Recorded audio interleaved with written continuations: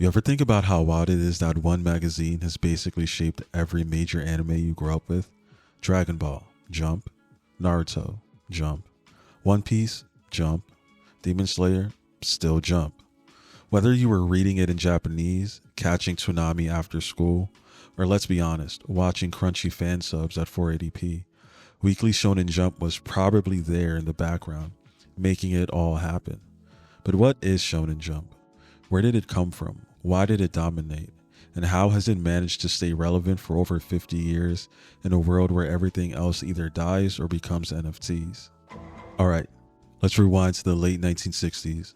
Japan's post-war economy is booming, TV is becoming a national obsession, and manga is exploding in popularity. Kids want comics, lots of them, weekly, fast, cheap, colorful.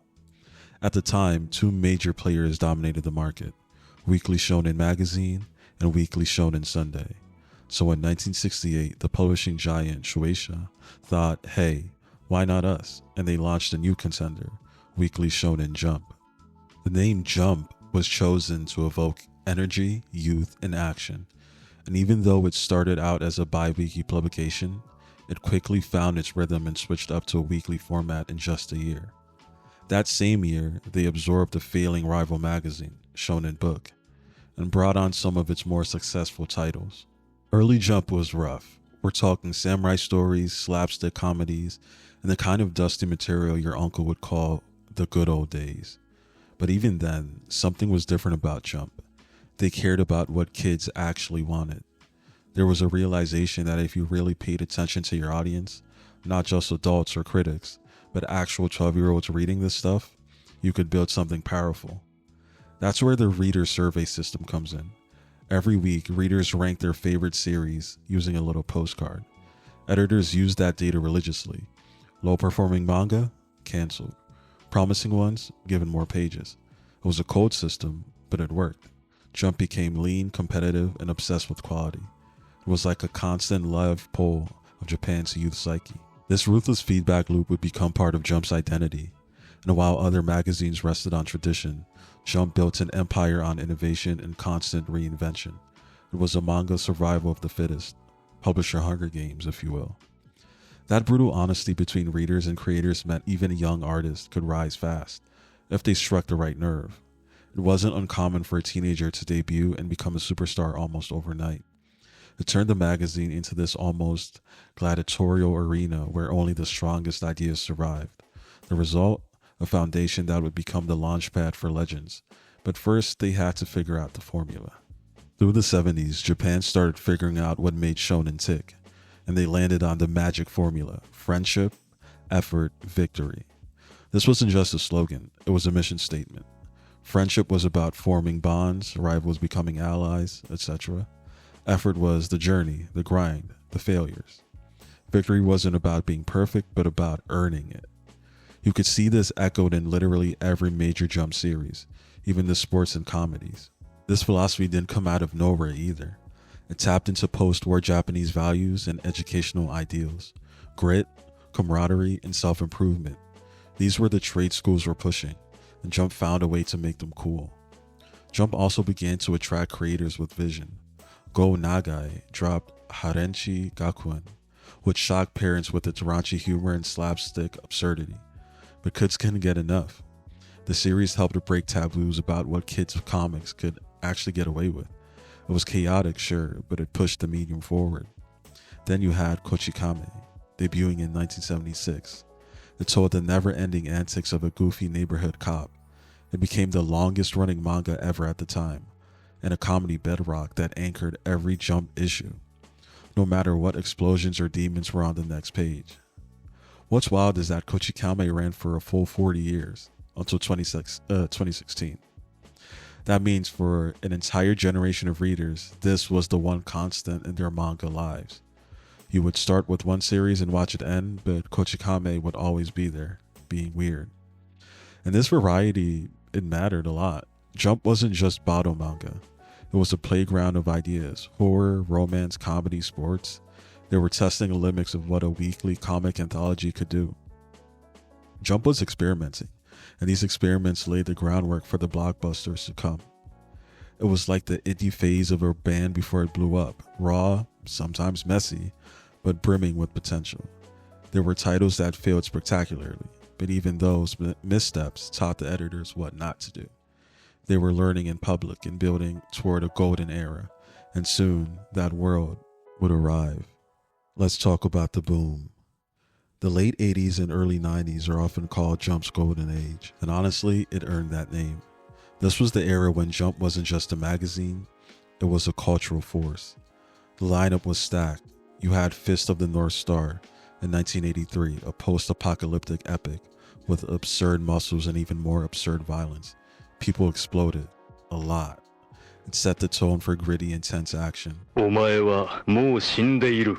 何? Then came Saint Seiya, blending myth, astrology, and dramatic armor changes into a battle series that practically invented the transform and scream your name attack formula that anime fans know today.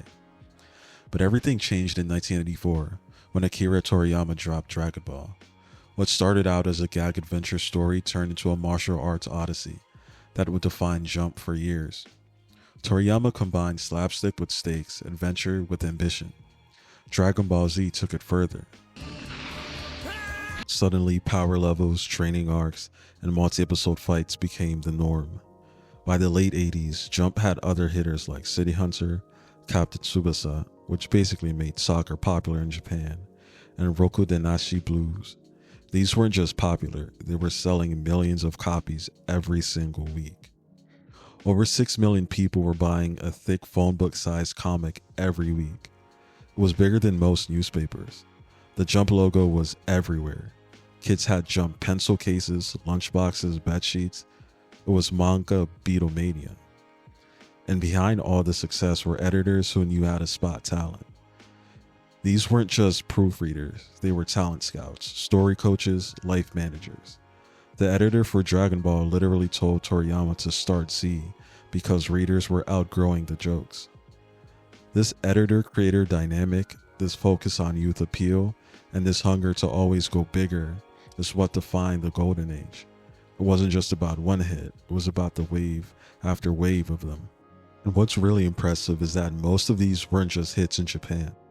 Thanks to growing international interest, early anime dubs, and fan translations, Jump was starting to seep into the global consciousness. It would take a few more years, but the seeds were planted here. By the late 90s and early 2000s, something wild happened. Shonen Jump went global, and the spark was the anime boom. Shows like Dragon Ball Z, Pokemon, Sailor Moon exploded onto Western TVs. And while not all of these were Jump series, they opened the floodgates. Suddenly, kids from Brooklyn to Berlin were tuning into Toonami, Fox Kids, or burning fan subs on CDs from sketchy websites. Meanwhile, Shueisha realized they had something special. So in 2002, they launched an American version of the magazine, Shonen Jump USA. It featured heavy hitters like Yu-Gi-Oh!, Naruto, One Piece, and Dragon Ball Z, a starter pack for a generation of new fans. The magazine sold hundreds of thousands of copies, created die-hard fan bases, and made Jump synonymous with anime itself in the West. You also had fan communities doing the work. Forums like Naruto Fan, Manga Helpers, and early YouTube AMVs were keeping series alive between official releases. These fans weren't just consumers, they were evangelists, translating chapter after chapter, recommending series, making power scaling charts at 3 a.m. It was an entire movement. And the real MVPs of this era were the big three: Naruto, Bleach, and One Piece. From the early 2000s through the 2010s, these three series dominated. Each one had a unique vibe: ninjas, soul reapers, pirates, but they all shared that Jump DNA: friendship, effort, victory, and more cliffhangers that you could survive without going insane. Suddenly, Jump wasn't just a Japanese magazine, it was a global myth factory, and that meant that the stakes had never been higher. But no empire lasts forever without change, and by the late 2010s, it looked like Jump might finally be slipping. Bleach ended, Naruto ended, One Piece was still going strong, but there were whispers that Jump lost its edge. Manga sales were down, piracy was up, and readers were growing older or distracted by TikTok, Netflix, mobile games, and everything in between. Even longtime fans were asking what comes next. But just when the future looked shaky, Jump pulled off something crazy. It reinvented itself again. Enter the Reiwa era, and a new generation of hits. Demon Slayer came out swinging, clean art, tight pacing, and emotional gut punches. The anime became massive, and the movie, Mugen Train, is still the highest grossing movie in Japanese history as of today. Then there's Jujutsu Kaisen, slick, modern, and full of existential dread. It's a classic shonen DNA and gave it some Gen Z anxiety.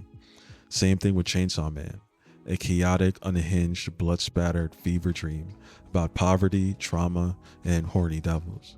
Yet somehow fans ate it up. These series didn't just echo the old friendship, effort, victory motto.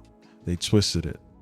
Deku from My Hero Academia still trains like hell and cries every arc, but his world is cynical. Yuji Itadori saves people not because he believes in peace, but because he fears a meaningless death. Even Denji just wants a warm bed and someone to hold him. These are heroes shaped by a darker world, but still clinging on to hope. And the magazine itself has gone digital, with the Shonen Jump Plus app and the global releases via Viz and Manga Plus.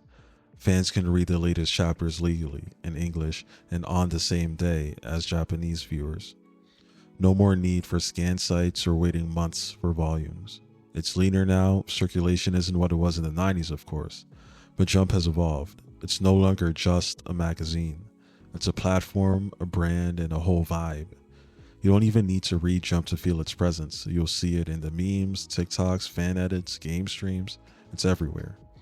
And the magic trick is that Jump never stopped being what it always was, a mirror of youth culture. From post-war optimism to millennial grit to Gen Z chaos, it keeps reinventing itself around whatever this generation's 12-year-olds crave. And as we head into the future, one thing's clear: Jump's not done jumping.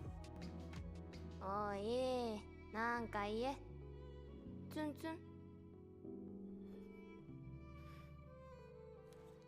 ブス